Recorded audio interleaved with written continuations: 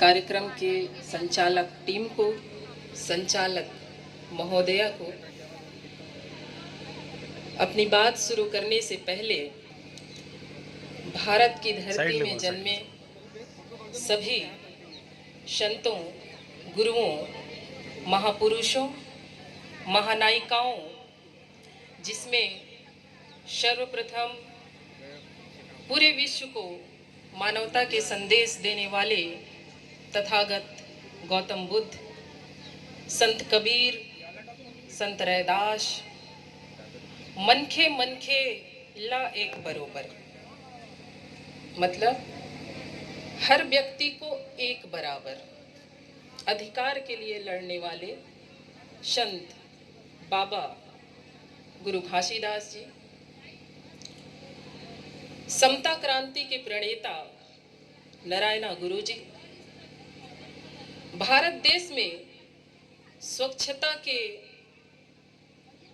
बीज बोने वाले संत गाडगे महाराज, भारत की धरती में तमाम रूढ़ियों, तमाम ढकोसलों, पाखंड, अंधविश्वास, गलत परंपरा, गलत रीति रिवाजों की धज्जियां उड़ाने वाले पेरियार ए.वी. रामास्वामी नायकर जी, भारत को हर तरह से यहाँ के दबे कुचले शोषित पीड़ित महिला, मजदूर सभी को हजारों सालों की गुलामी से मुक्ति दिलाने वाले भारतीय संविधान के रचयिता, शिल्पकार, बोधिसत्व बाबा साहब डॉक्टर भीमराव अंबेडकर भारत रत्न और महात्मा ज्योतिबा राव फूले जो शिक्षा के पितामह, क्रांति के अग्रदूत और उनके साथ साथ कदम से कदम मिलाने वाली माता सावित्रीबाई फूले, भारत की प्रथम शिक्षिका, भारत में पहली बार महिला संगठन को जन्म देने वाली सावित्रीबाई फूले और उनके साथ कदम से कदम मिलाने वाली उनकी सहेली फातिमा शेख और इन सभी महापुरुषों के विचार को जन जन तक पहुंचाने वाले भारत के एससी, एसटी, ओबीसी, माइनॉरिटीज, इन सभी को एक छत के नीचे लाने का प्रयास करने वाले, भारतीय संविधान को जन जन के बीच में जिंदा करने वाले मान्यवर साहब कांसीराम जी के चरणों में नमन करते हुए, उनको सलाम करते हुए, सैल्यूट करते हुए आज के इस कार्यक्रम की अध्यक्षा माननीय अरुंधति राय जी, विशेष अतिथि माननीय अनिल पाटिल साहब, मेरे साथ चल के आई छत्तीसगढ़ से ये भी शिक्षिका हैं सम्माननीय पुष्पा कमल कंवर जी, मैं सर जी का नाम माननीय सुनील सरदार जी और इस प्रांगण में उपस्थित तमाम मेरे महिला साथीगण, बुजुर्ग साथीगण, पुरुष साथीगण, बच्चे, युवा साथी, आप सभी को मेरा सादर जय भीम, जय फूले, जय बिरसा, जय अंबेडकर। पिछले 7 साल से आप लोग यहाँ पर माता सावित्रीबाई फूले का जयंती मना रहे हैं। मुझसे पहले जो संचालन कर रही थी उन्होंने भी माता सावित्रीबाई फूले के जीवन पर प्रकाश डाला। अगर वही बात मैं आपके बीच में कहूं तो मेरी यहाँ जरूरत नहीं है। आप बखूबी जानते हैं माता सावित्रीबाई फूले के संघर्षों को। 7 साल से आप कर रहे हैं ये कार्यक्रम, तो 7 साल से हर साल आपके बीच में नए नए अतिथि आते गए और उन्होंने अपने विचार भी रखे। सोशल मीडिया का जमाना है, बहुत सारा चीज आप वहां से भी जानते हैं। मैं यहाँ आपके बीच में माता सावित्रीबाई फुले के बारे में कहने नहीं आई। मैं यहाँ आई हूं ये बताने कि आप कर क्या रहे हैं। हालांकि आप ये सुन के थोड़ा सा आपको अचरज लग रहा होगा कि हम क्या कर रहे हैं ये आप बताएंगे। यस, मैं यही बताने आई कि आप कर क्या रहे हो। क्या आप केवल अपने इस क्रांति ज्योति सावित्रीबाई फुले फॉलोअर्स महिला संगठन का 7वां बर्थडे सेलिब्रेट कर रहे हो? क्या आप सावित्रीबाई फुले की जयंती एक उत्सव के रूप में मना रहे हो? क्या आप यही काम कर रहे हो? क्या ये पूरा व्यवस्था, ये पूरा सजावट, ये पंडाल, ये अतिथि इसलिए तो नहीं है। मैं यहाँ ये बताने आई हूं कि आप केवल उत्सव नहीं मना रहे हो। आप इस भारत की धरती में आज तक जो व्यवस्था चली आ रही है उस व्यवस्था को चुनौती देने का काम कर रहे हो। ये जो कार्यक्रम आप कर रहे हो, ये गलत परंपरा जो इस देश में चली आ रही है, उस गलत परंपरा के खिलाफ आप समाज में एक विचारधारा खड़ा करने का काम कर रहे हो। मैं ये समझती हूं, उत्सव हमें एहसास होता है कि ये उत्सव है, मगर हर उत्सव अपने आप में एक संघर्ष भी होता है। जो सिस्टम इस देश के अंदर चल रहा है, उस सिस्टम की बात अगर आप करेंगे तो आपको समझ में आएगा कि आप कितना बड़ा काम कर रहे हो। ये कोई छोटा मोटा काम नहीं है। भारत की धरती में माता सावित्रीबाई फुले, जिनका ससुराल होते हुए भी घर से बाहर रहने को जो मजबूर हुई, दूसरे के बर्तन में जीने को मजबूर हुई, क्यों? ताकि ये जो महिला है ना, ये हम जो महिला हैं, ये इस देश के लोगों को बताया जा सके, यहाँ की व्यवस्था को बताया जा सके, यहाँ के सिस्टम को बताया जा सके कि ये भी एक इंसान है। अपने शरीर में इस देश की गंदगी को बर्दाश्त किया, क्यों? ताकि हम और आप ये सम्मान की जिंदगी हासिल कर सकें। हमें लगता है कि किसी ने, हम जो कर रहे हैं वो अपने दम पे कर रहे हैं, हमारी अपनी खूबी है, अपनी काबिलियत है, मगर हर काबिलियत के पीछे कोई ना कोई प्रेरणा होता है, कोई ना कोई एक लीक को तोड़ के हमें वो रास्ता दिखाता है, तब जाके वो रास्ते पे चलने का काम बाकी लोग, ये बाकी समाज जो है वो करता है। वो लीक को तोड़ने का काम माता सावित्रीबाई फुले ने किया। इस देश में बावजूद इसके, अगर आज आप देखें तो ऐसे ऐसे चरित्रों को राष्ट्र चरित्र का चेहरा बताया जा रहा है, ऐसे ऐसे चरित्रों को राष्ट्र चरित्र बनाया जा रहा है। अगर आप वहीं पर देखेंगे कि माता सावित्रीबाई फुले जो राष्ट्र चरित्र जो इस देश में बनाया जा रहा है, उनका इस आम जनमानस में क्या प्रयास है, परोक्ष या अपरोक्ष, हमें नहीं पता। और अगर वो प्रयास है भी तो ये आम जनमानस को गलत प्रेरणा देता है। बावजूद इसके उनको राष्ट्र चरित्र बताया जाता है। मैं वही बात कर रही हूं कि अगर माता सावित्रीबाई फुले, उन्होंने लीक को तोड़ा, महिलाओं के लिए शिक्षा का द्वार खोला, महिलाओं के लिए वो भी एक इंसान है, वो भी संगठन का निर्माण कर सकती हैं, वो भी एक पुरुष के जैसे जीवन जीने का अधिकार रखती हैं, वो भी निर्णय लेने का अधिकार रखती हैं। अगर ये हमारे लिए वो प्रेरणा का काम नहीं करती तो शायद हम यहाँ नहीं होते।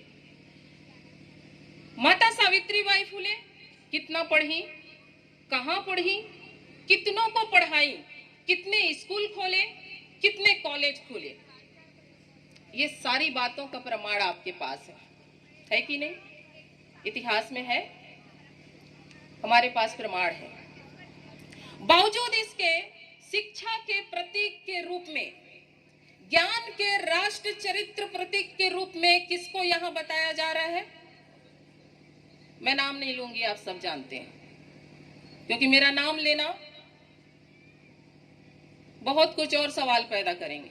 मैं नाम नहीं लूंगी, वो आप समझिए।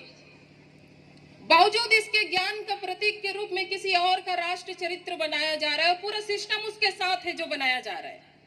कहां पढ़ी, कितना पढ़ी, कितनों को पढ़ाई, कितने स्कूल खोले, कितने कॉलेज खोले, कोई जानता है क्या? किसी ग्रंथ में, किसी साहित्य में कोई प्रमाण है क्या? बावजूद इसके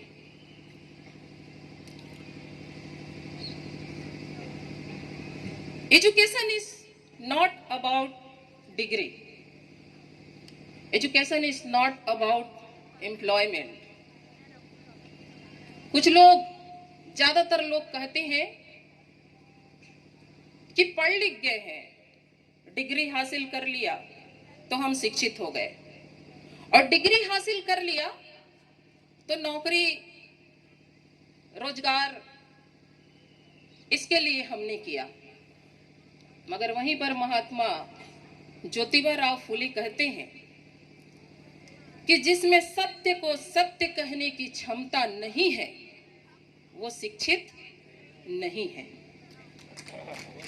महात्मा ज्योतिबा राव फूले कहते हैं कि जिसमें सत्य को सत्य कहने की क्षमता नहीं है वो शिक्षित नहीं है।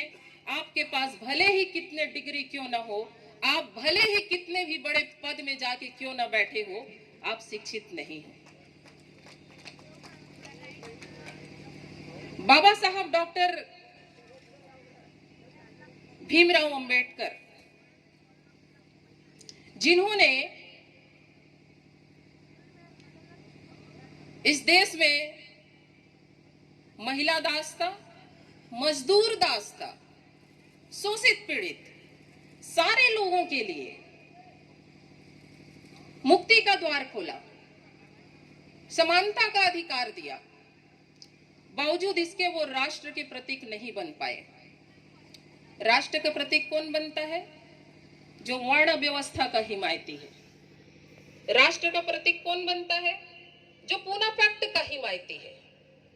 महात्मा ज्योतिबा राव फूले, माता सावित्रीबाई फूले सन 1882 में हंटर आयोग को छत्रपति साहू जी महाराज के पहले ही, छत्रपति साहू जी महाराज का राज जो है वो 1992 के बाद आता है, मगर महात्मा ज्योतिबा राव फूले और माता सावित्रीबाई फूले 1882 में ही हंटर आयोग को शिक्षा में प्रतिनिधित्व के लिए प्रतिवेदन देते हैं। यानी कि शिक्षा में हम सबके लिए भी रास्ता खोलने का प्रतिवेदन देते हैं। बावजूद इसके राष्ट्रीय प्रतीक किसे बनाया जाता है? ज्ञान का प्रतीक किसे बनाया जाता है? आप सब जानते हैं।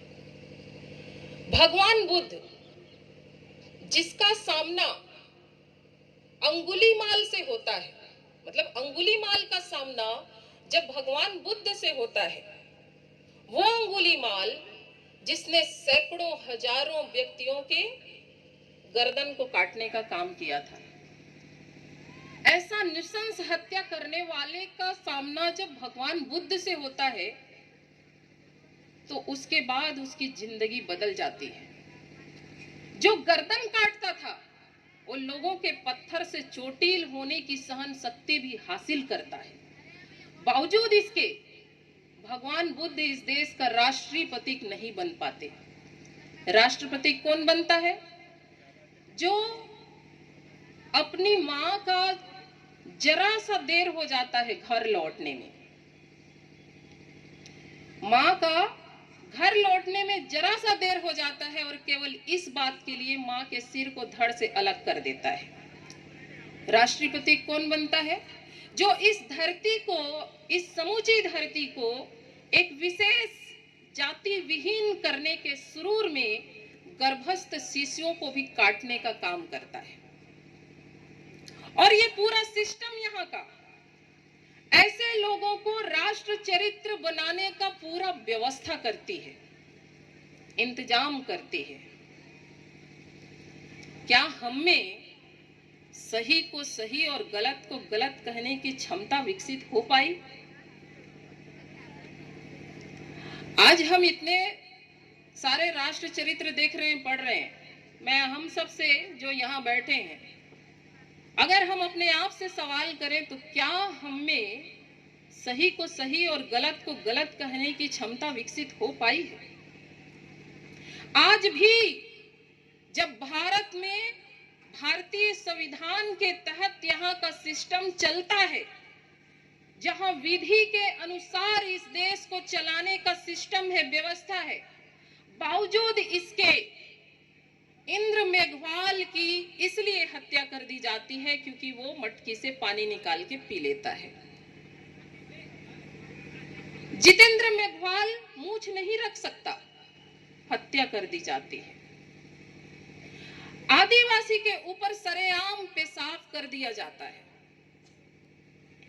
कल्पना कीजिए, मैं आपके बीच में खड़ी हूं, कोई आके मेरे ऊपर यहाँ पेशाब करके चला जाए, ये कलेजा फटता है कि नहीं फटता है? महसूस होता है कि नहीं होता है?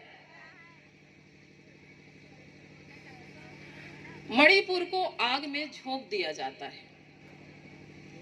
8 साल की आसिफा के अपराधियों के फेवर में प्रशासनिक सुरक्षा इंतजाम के तहत रैलियां निकाली जाती हैं।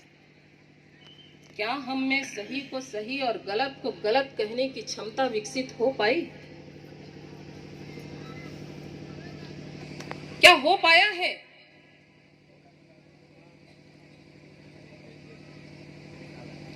इस देश के अंदर एक विशेष तरह का विचारधारा को रोपित किया जा रहा है सिस्टम के माध्यम से, यहाँ के सिस्टम के माध्यम से।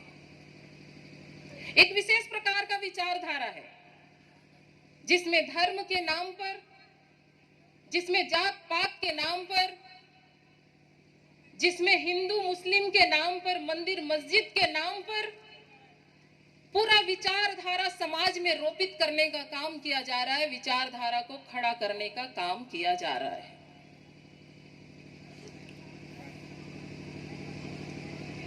और इसी वजह से ये पूरे समाज में जब आप अपने चारों ओर देखते हैं, अपने इर्द गिर्द जब नजर घुमाते हैं, देखते हैं, तो हमें उसी विचारधारा के लोग ज्यादातर दिखते हैं, क्योंकि सिस्टम कर रहा है, सिस्टम ही ये सब करवा रहा है। अभी उदाहरण के लिए मैं एक बात रखती हूं आपके बीच। भारत का पूरा सिस्टम अयोध्या में राम मंदिर बना दिया, पूरा सिस्टम मिला ना उसके साथ, अयोध्या में राम मंदिर बना, पूरा सिस्टम का हाथ है उसके पीछे। पूरे भारत देश के लोगों का भी, ज्यादातर लोगों का हाथ है उसके पीछे। लेकिन सिस्टम आपको ये नहीं कह रहा कि आप राम को मानिए, आप पे दबाव नहीं बना रहा सिस्टम। वो ये नहीं कह रहा कि आप राम को मानो, वो राम मंदिर बना दिया, लेकिन वो ये कह रहा है कि आप 22 जैन को अपने अपने घर में दिया जलाइए। कह रहा है, विचारधारा खड़ा हो रहा है, बिना आपको कुछ बोले, बिना आपके ऊपर दबाव डाले, एक विशेष तरह का विचारधारा खड़ा हो रहा है। इस देश का प्रधानमंत्री खुद ये अपील करते हैं कि आपको दीप जलाना है।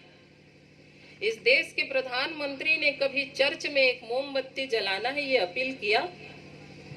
कभी सुना?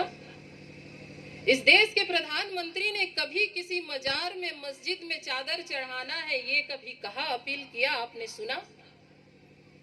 इस देश के प्रधानमंत्री ने कभी किसी गुरुद्वारा में जाके चादर चढ़ाना है, फूल चढ़ाना है ये बोला? नहीं बोला। एक विशेष विचार है, विचारधारा है जिसको वो अपने हिसाब से समाज में खड़ा करने का काम कर रहे हैं।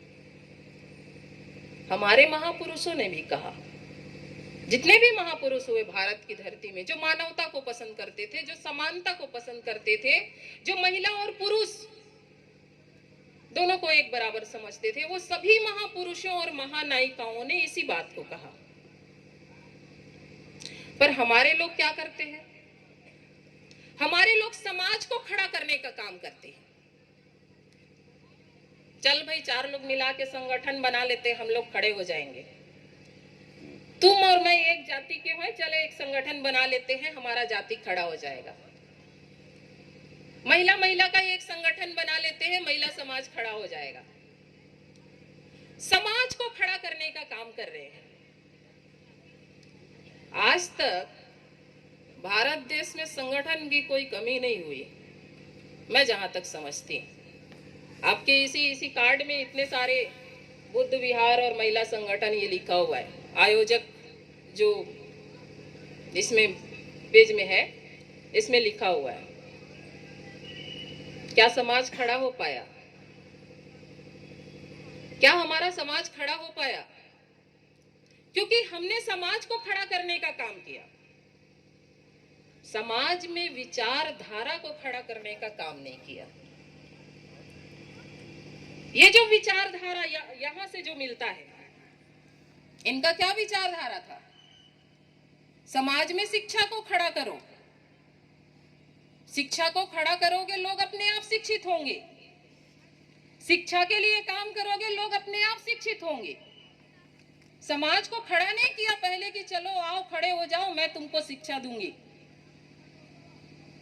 एक विचारधारा है। बाबा साहब ने कहा,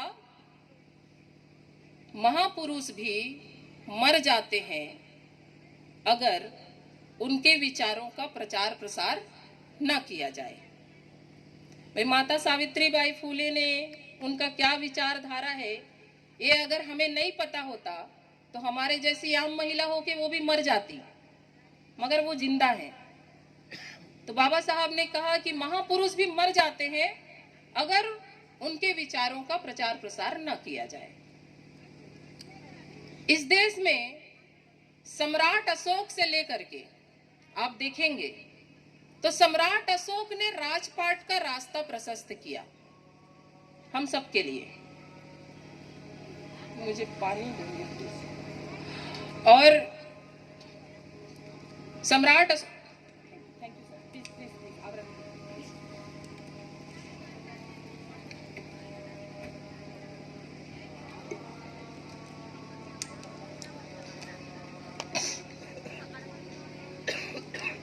तो सम्राट अशोक ने राजपाट का रास्ता प्रशस्त किया। सम्राट अशोक के बाद कबीर आए। कबीर ने कहा, ऐसा चाहूं राज में, कबीर ने कहा कि साईं इतना दीजिए जामे कुटुंब समाए, मैं भी भूखा न रहूं साधु भी भूखा न जाए। सवाल ये है कि कबीर ने क्या भगवान से कहा कि साईं इतना दीजिए जामे कुटुंब समाए? आम जनमानस को जो बताया गया वो ये है कि कबीर ने भगवान से कहा कि साईं इतना दीजिए जामे कुटुंब समाए। सॉरी, मैं इस बात को नहीं मानती।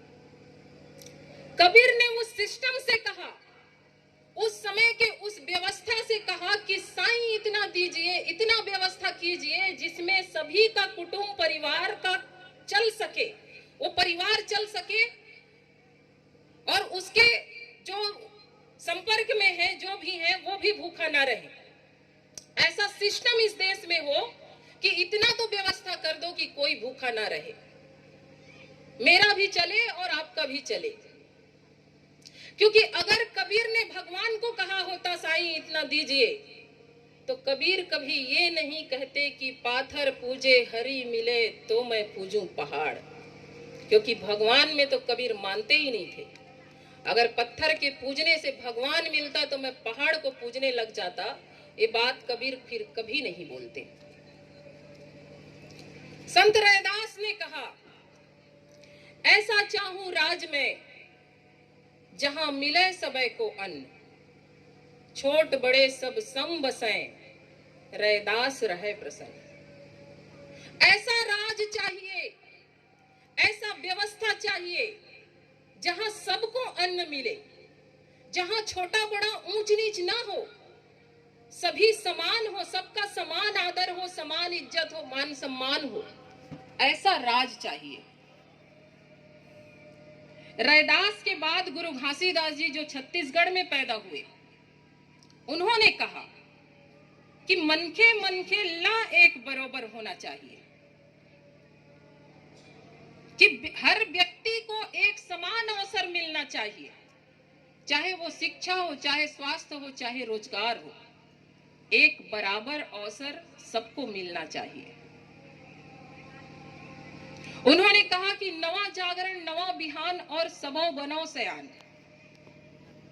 सबो बनो सियान का मतलब सब राजा की तरह सोचो, सब राजा बनने की बात सोचो, ये उन्होंने कहा। और गुरु घासीदास के बाद इस देश में बाबा साहब डॉक्टर भीमराव अंबेडकर ने कहा, जाओ अपने घरों की दीवारों पर जाकर लिख दो, तुम इस देश के शासनकर्ता जमात हो, तुम इस देश के शासक हो। ये बाबा साहब ने कहा। बाबा साहब ने कहा कि राजनीति ही वह गुरु किल्ली है, वह चाबी है जिससे आप अपने हर समस्या का समाधान कर सकते हो। आज कोई भगवान, कोई देवी देवता, कोई ईश्वर, कोई गॉड, कोई अल्लाह नहीं आके आपकी समस्या का समाधान करेगा।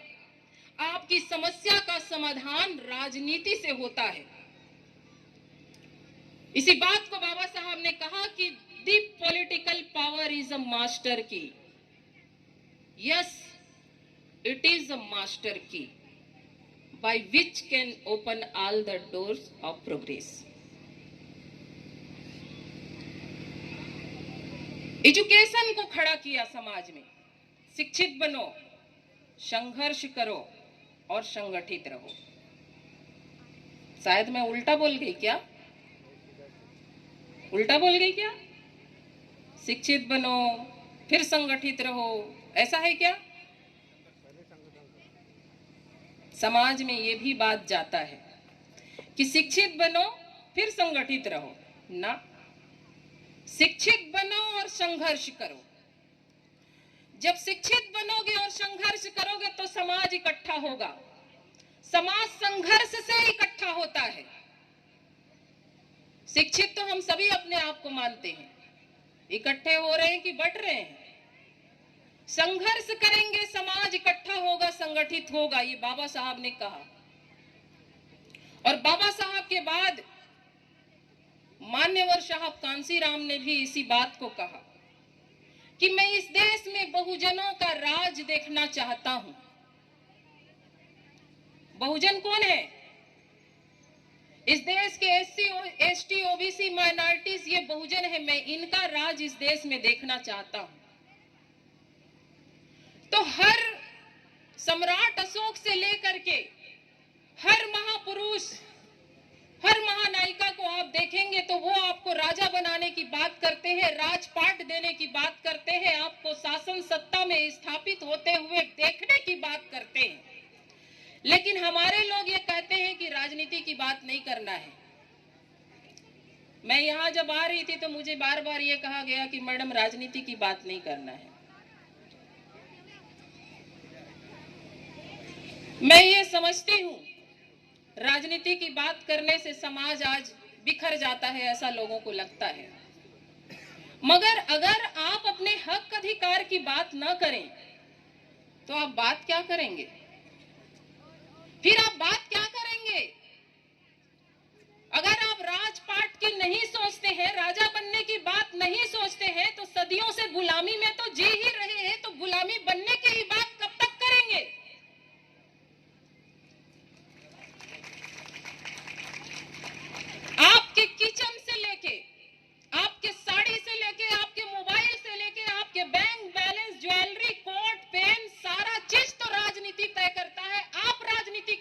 क्यों नहीं करेंगे? आप क्यों नहीं करेंगे राजनीति की बात? क्यों आप राजनीति किसी और को करने देना चाहते हैं? क्यों आप किसी के पैर में जाके हमेशा गिड़गिड़ाना चाहते हैं? दे दो 1 रुपया किलो चावल, 5 किलो राशन। क्या इसी के लिए हम जीवन इस धरती पे आए हैं? क्यों आप बड़ा नहीं सोच रखते हैं? किसी ने कहा है, शायद मैं लेखक का नाम, विचारक का नाम भूल रही हूं, किसी ने कहा है कि हमेशा बड़ा सोचो, छोटा सोचना अपराध है। तो हमारे लोगों को ये बोल दिया गया है, बता दिया गया है कि नीति ने तुम्हारे नसीब में ये लिख दिया, तुम्हारे भाग्य में ये लिख दिया, तो तुमको तो ये जीना पड़ेगा। मत सोचो, इससे निकलने की बात मत सोचो, इससे आगे बढ़ने की बात मत सोचो। और खास करके हमारी महिलाएं, इस देश में अगर सबसे स्वार्थी कोई प्राणी है तो मैं महिला को मानती हूं। सबसे स्वार्थी प्राणी है। महिला को खड़ा करने के लिए एक महिला अपने साड़ी में संसार की गंदगी को बर्दाश्त करती है, जो उसका कुछ नहीं लगती। हम क्या लगते हैं माता सावित्रीबाई फुले के? क्यों अपने साड़ी में उन्होंने गंदगी को बर्दाश्त किया? क्या मिल गया उनको?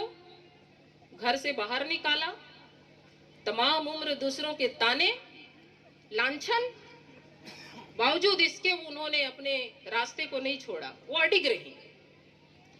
उनके संघर्ष से, माता रमाई के संघर्ष से, कुर्बानी से हम और आप खड़ी हैं। और ये जो बोलती है ना कि केवल एक विशेष वर्ग की महिलाओं के लिए किया, पढ़ना चाहिए, उनको पढ़ना चाहिए। माता सावित्रीबाई फुले ने जब वो काशी नाम की विधवा महिला, ब्राह्मण महिला, जब खुदकुशी करने जा रही थी, कास्ट को नहीं देखा, जाति को नहीं देखा, उन्होंने उनको शरण दिया, उनके बच्चे को सीने से लगाया, उसको पढ़ाया लिखाया, डॉक्टर बनाया, 35 विधवा ब्राह्मण महिलाओं की डिलीवरी कराया। किस जाति की बात करते हैं आप? किस विशेष वर्ग की बात करते हैं आप? इस देश के हर महिला के लिए माता रमाई की कुर्बानी है, माता सावित्रीबाई फुले की कुर्बानी है, तब जाके महिलाओं को अधिकार मिला है। नहीं तो इतिहास उठा के देख लीजिए, भारतीय संविधान के पहले महिलाओं की क्या स्थिति थी, ये आपको पता चल जाएगा।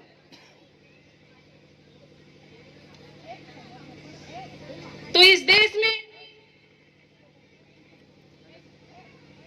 अगर माता सावित्रीबाई फुले उस लीक को, उस राह को, उस परंपरा को तोड़ के नहीं चली होती, तो शायद महिलाओं के लिए इतनी जल्दी ये शिक्षा का रास्ता नहीं खुला होता, ये मान सम्मान, ये शान शौकत ये नहीं मिला होता। तो आज की महिलाएं बोलती हैं, हम तो अपनी काबिलियत से बने हैं भाई, हमारे में वो खूबी है, पढ़े लिखे हैं, रात रात भर जाग के पढ़े लिखे हैं, तब जाके यहां पहुंचे हैं। अरे भैया,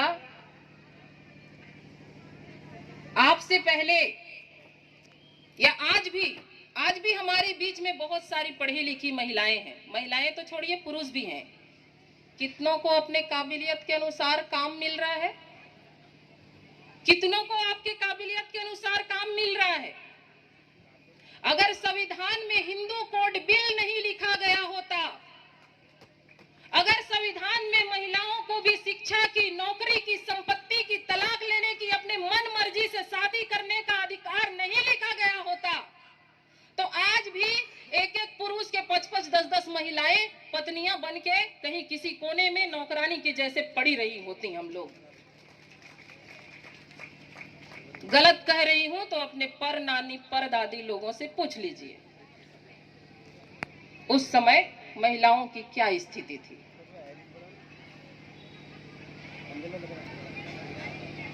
तो हम राजनीति की बात क्यों ना करें?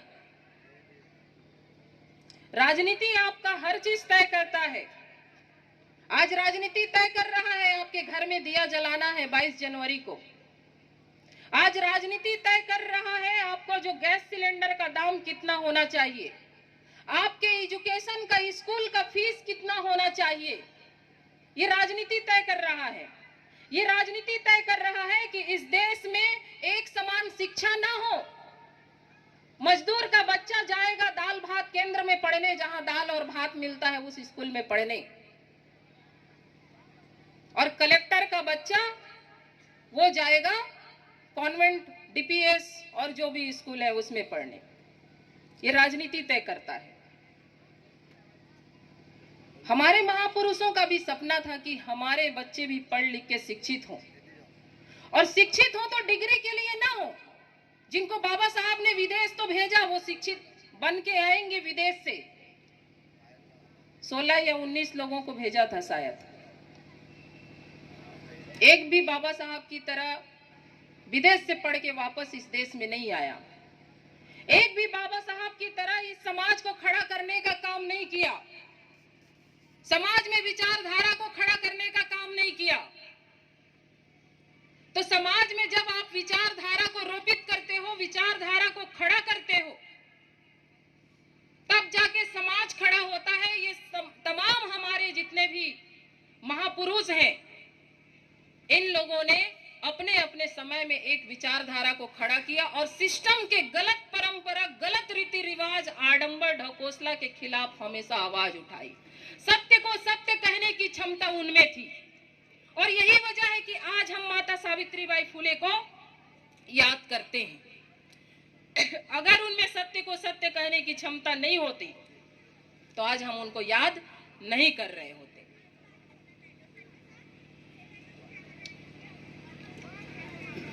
1 जनवरी को आप में से कितने लोगों ने शौर्य दिवस मनाया होगा? हाथ खड़ा करेंगे। शौर्य दिवस, शौर्य का मतलब भी हम समझ पाए। शौर्य, गरिमा,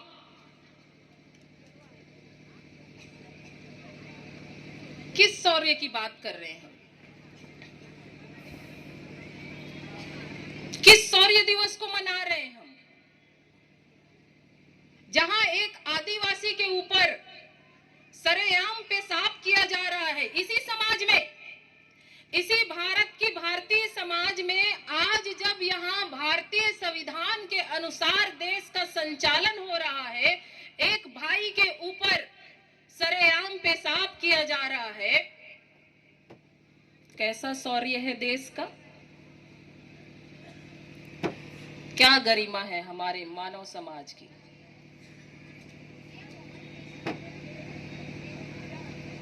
घमंड करने लायक कोई बात है क्या? और जिस शौर्य दिवस, जिस आदिवासी भाई की हम बात कर रहे हैं, अभी हसदेव अरण्य जो जंगल है छत्तीसगढ़ में, पेड़ काटा जा रहा है, मणिपुर को आग में झोंका गया। आए दिन देखते हैं आप, बहुत सारे उदाहरण हैं, मैं तमाम उदाहरण को नहीं बोलूंगी। एक सवाल है, बाबा साहब ने कहा था एक बार, 9 मार्च 1924 को दामोदर हाल में शाम को 4 बजे उन्होंने ये बात कही। उस समय कहा 1924 में भारत में शेड्यूल कास्ट की जनसंख्या लगभग 7.5 करोड़ थी। उन्होंने कहा था कि 7.5 करोड़ लोग अगर ठान ले तो हिमालय को भी जमीन में दफन कर सकते हैं। 9 मार्च 1924 की बात है। मैं वह बात नहीं बोलूंगी। मैं ये बोलना चाहती हूं, 7.5% लोग आदिवासी हैं भारत में, शेड्यूल ट्राइब। बावजूद इसके आदिवासी महिला के साथ बस्तर में क्या हो रहा है, आप सभी अगर सोशल मीडिया पढ़ते होंगे तो जानते होंगे। सोनी सोरी का उदाहरण है। बावजूद इसके वहां की छात्राओं के साथ सीआरपीएफ के जो सैनिक हैं वो सरेआम बदमाशी करते हैं। आप जानते हैं कि नहीं जानते, मुझे नहीं मालूम। ताजा उदाहरण, आदिवासी के ऊपर पेशाब कर दिया जाता है। मैं वो 7.5% आदिवासियों के लिए ये कहना चाहती हूं, जब आप अपने समुदाय का पीड़ा आप खुद महसूस नहीं कर पा रहे हो, 7.5% आदिवासी, अगर मैं अपने समुदाय की पीड़ा मैं खुद महसूस नहीं कर पा रही,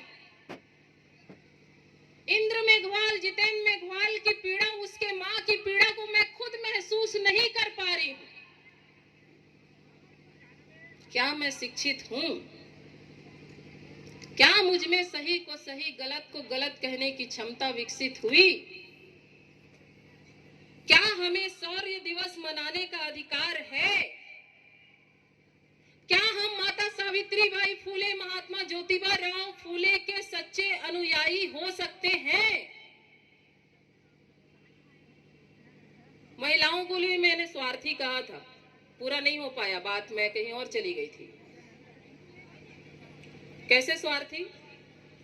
आप लोग अभी इस प्रोग्राम को करने के लिए बहुत लोगों के पास गए होंगे, व्यवस्था करने के लिए। बिना व्यवस्था का तो प्रोग्राम होगा नहीं, अरेंजमेंट के लिए तो खर्चे लगते हैं।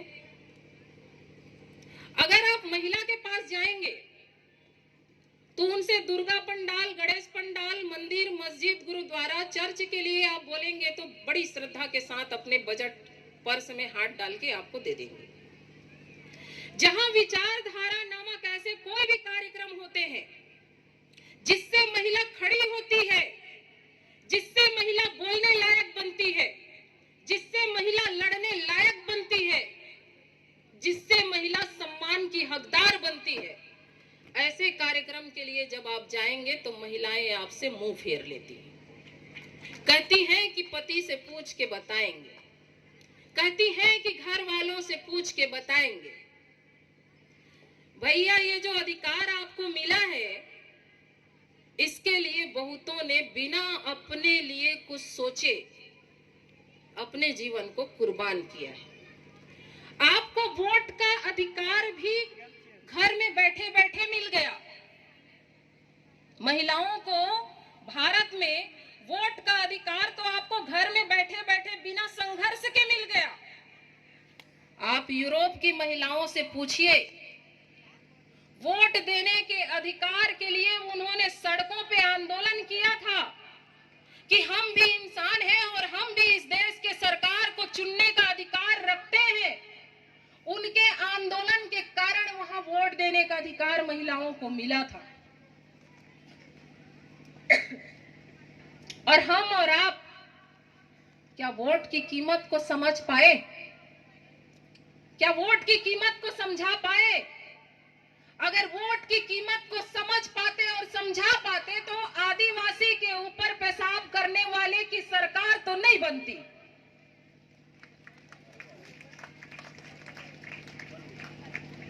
हमारे छत्तीसगढ़ में बन गया, आपके इधर बनेगा नहीं बनेगा मुझे नहीं मालूम, परमानेंट है, हिला नहीं सकते आप लोग। तो वोट का जो अधिकार है उसके लिए भी माता रमाई ने अपने बच्चे की कुर्बानी दी है। आपको वोट के अधिकार दिलाने के लिए ही बाबा साहब जो है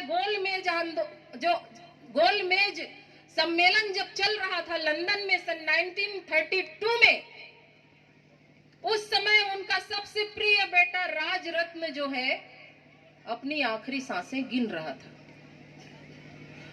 आपको वोट का अधिकार मिले ताकि आप इस देश का प्रधानमंत्री कौन होगा तय कर पाए। आपको वोट का अधिकार मिले ताकि आपके स्टेट में मुख्यमंत्री कौन होगा ये तय कर पाए। आपको वोट का अधिकार मिले ताकि आपके लिए नियम, कानून, कायदा बनाने वाले आपके लोग सदन में चुन के जा सके। इसके लिए बाबा साहब ने अपने अंतिम सांस लेते हुए बेटे के ऊपर से लांग के वो गोलमेज गए और उस वोट को बिना सोचे समझे कहीं भी, 1 सेकंड का काम है लेकिन 5 साल भुगतते हैं हम।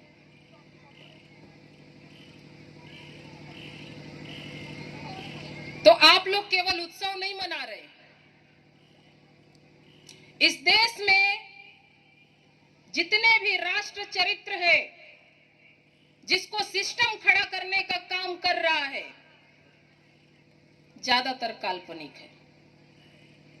और उसके खिलाफ आप अगर ऐसा प्रोग्राम कर रहे हैं, ऐसा कार्यक्रम कर रहे हैं, माता सावित्रीबाई फूले के विचारधारा को खड़ा करने का काम कर रहे हैं, आप राजनीति कर रहे हैं, मानो चाहे मत मानो,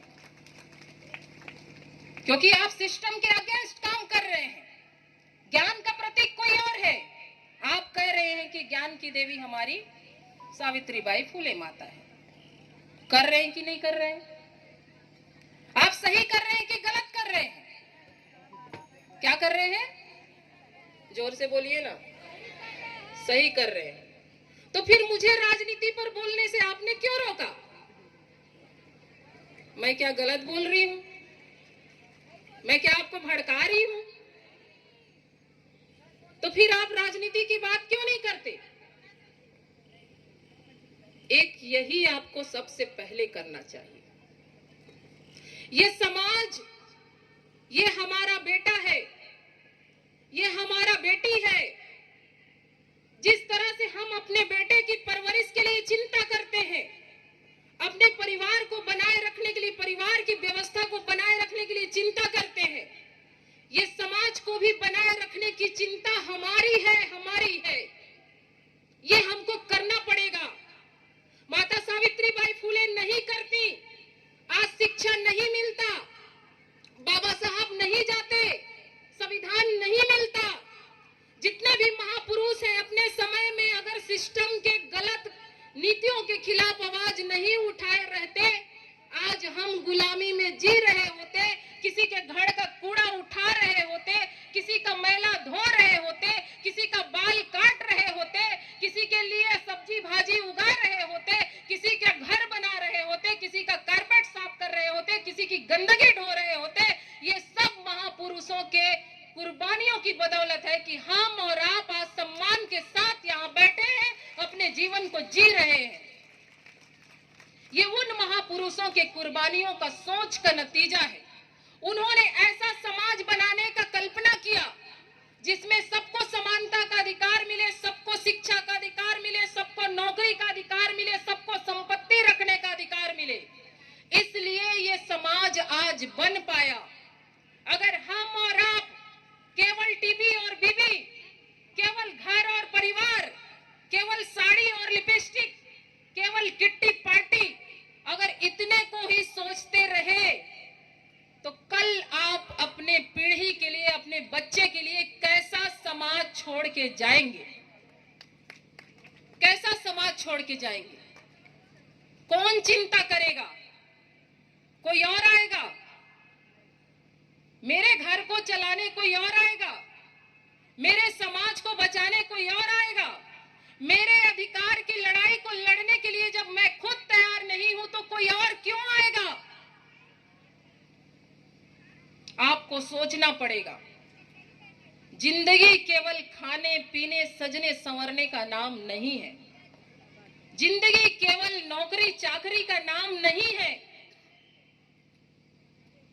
हालांकि मेरी बातें हवा हवाई भी लग रही होंगी आपको। लग रही है क्या? आप खुद सोचिए, देश को जब आजादी दिलाई गई अंग्रेजों से, उस समय अगर महिलाएं अपने जेवर नहीं बेची होती, उस समय अगर अपने बेटों को, पति को, भाई को उस आंदोलन में नहीं जाने दी होती, क्या देश अंग्रेजों के हाथों से हमारे हाथ में आया होता? नहीं आया होता। उनको क्या मिला? उसमें तो कई ऐसे नाम हैं जिसे हम जानते नहीं। इस देश के निर्माण का जो नींव है उसमें वो दब गए, बावजूद इसके वो किए। तो आप और हम कैसा समाज में रहना चाहते हैं, कैसे समाज में जीना चाहते हैं, इस देश को कैसा देखना चाहते हैं, इसके लिए अगर आप और हम आज नहीं सोचेंगे, आने वाले 10 साल 50 साल में इस देश का स्थिति क्या होगा, आपको कल्पना करना चाहिए। बहुत गरिमामय बात है कि हमारे पास इतने सारे महापुरुषों के दिखाए हुए रास्ते हैं,